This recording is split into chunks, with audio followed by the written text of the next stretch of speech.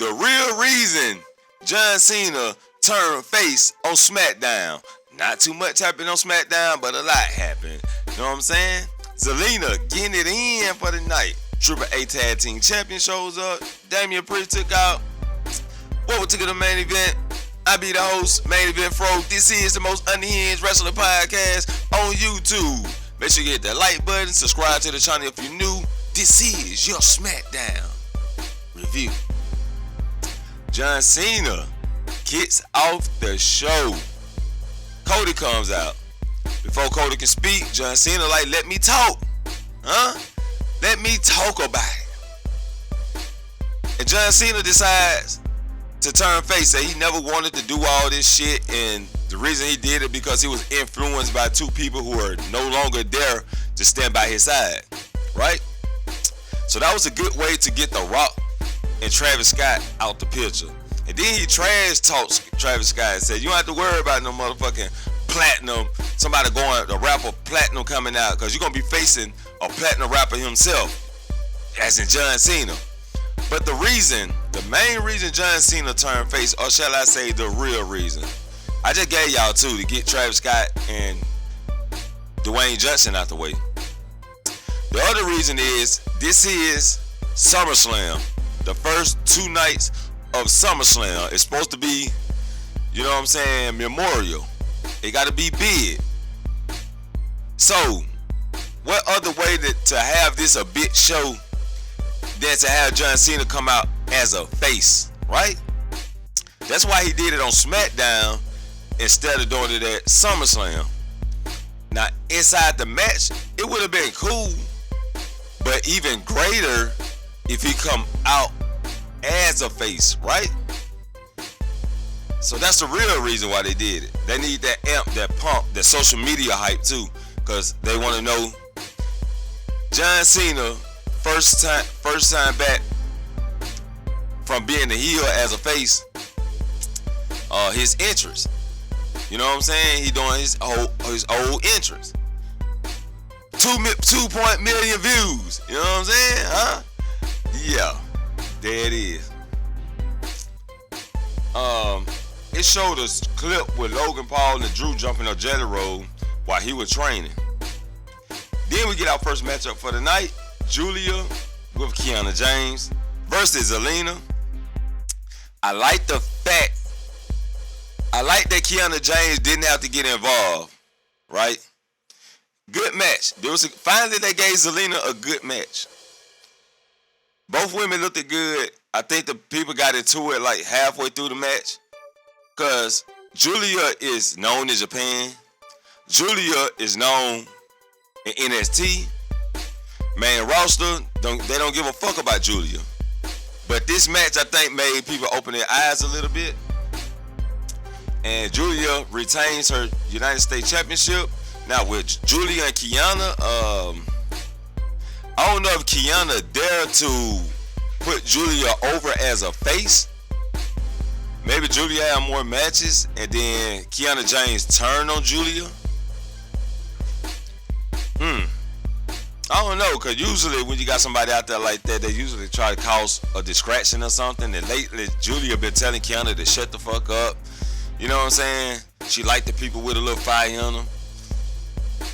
Julia didn't ask Kiana for no help, didn't look forward for no help. So, I wonder where they're going with that story. Solo got interviewed in the back. They were asking him about the cage above the ring. Then we get the Triple A Tag Team Champions, Los Garza versus Mr. Iguana and Psycho Clown from Triple A. This was the time, I guess they said, well, this the time we can throw some Triple A content on SmackDown. Let's promote Triple A. Let's promote Triple A on SmackDown. And this was the perfect time for them to do it. Then Logan and Drew got interviewed. We get the match with Black versus Damian Priest, which was a good, nice back and forth. Black really didn't want to win the match. Black didn't give a fuck about winning the match. Black wanted to cause damage to Damian Priest, which I already knew this was coming. I knew it was coming. So Black throws a steel chair to get himself disqualified. Finishes off Damian Priest outside the ring. Yeah. this feud continued. Jay pulled up on Tiffany Stratton, and it wasn't nothing there. It wasn't nothing there. This feud has zero hype, zero amp, zero excitement. But let's see how the story plays out while they're in the ring. Let's see, can they tell a story inside the ring? But let me know down in the comments who y'all think going here, Jay or Tiffany.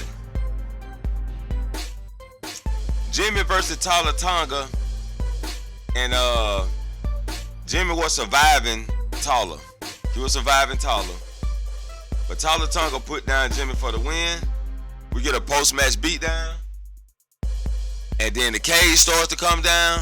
I thought they was going to trap Jimmy inside the cage and give him a real beatdown, but they decided not to do that. Left the cage a little slack so Jacob Fatu can get in. Cage goes down. Then Tala Tonga and Solo escapes. Mateo and Tonga Loa got beat down by Jacob Fatu. And Jacob Fatu will always 2v1 these guys. Or 2v3, 2v4. Jacob Fatu just be taking out the whole motherfucking Solo motherfucking family. Family tree. Charlotte and Alessa gets interviewed backstage. Wasn't really nothing to it. Same old shit. Are y'all friends?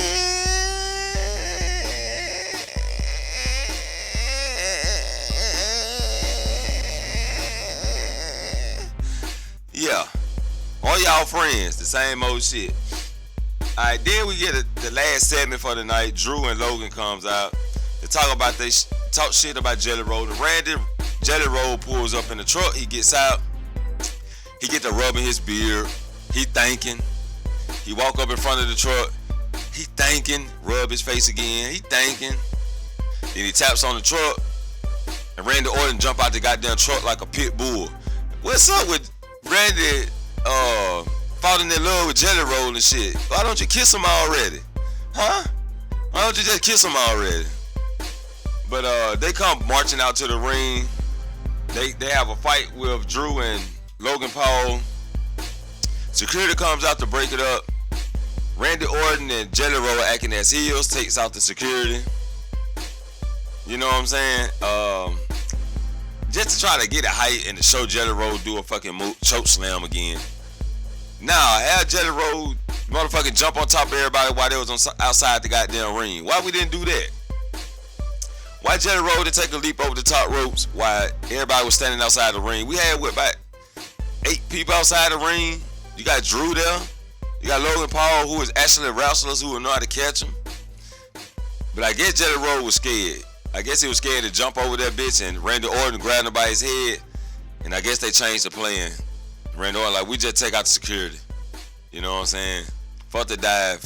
We just take out security. But that's how it happened on SmackDown, people. Y'all let me know what y'all think about SmackDown in the comments. I'll be the main event, and I'll catch you all in the next main event. Peace.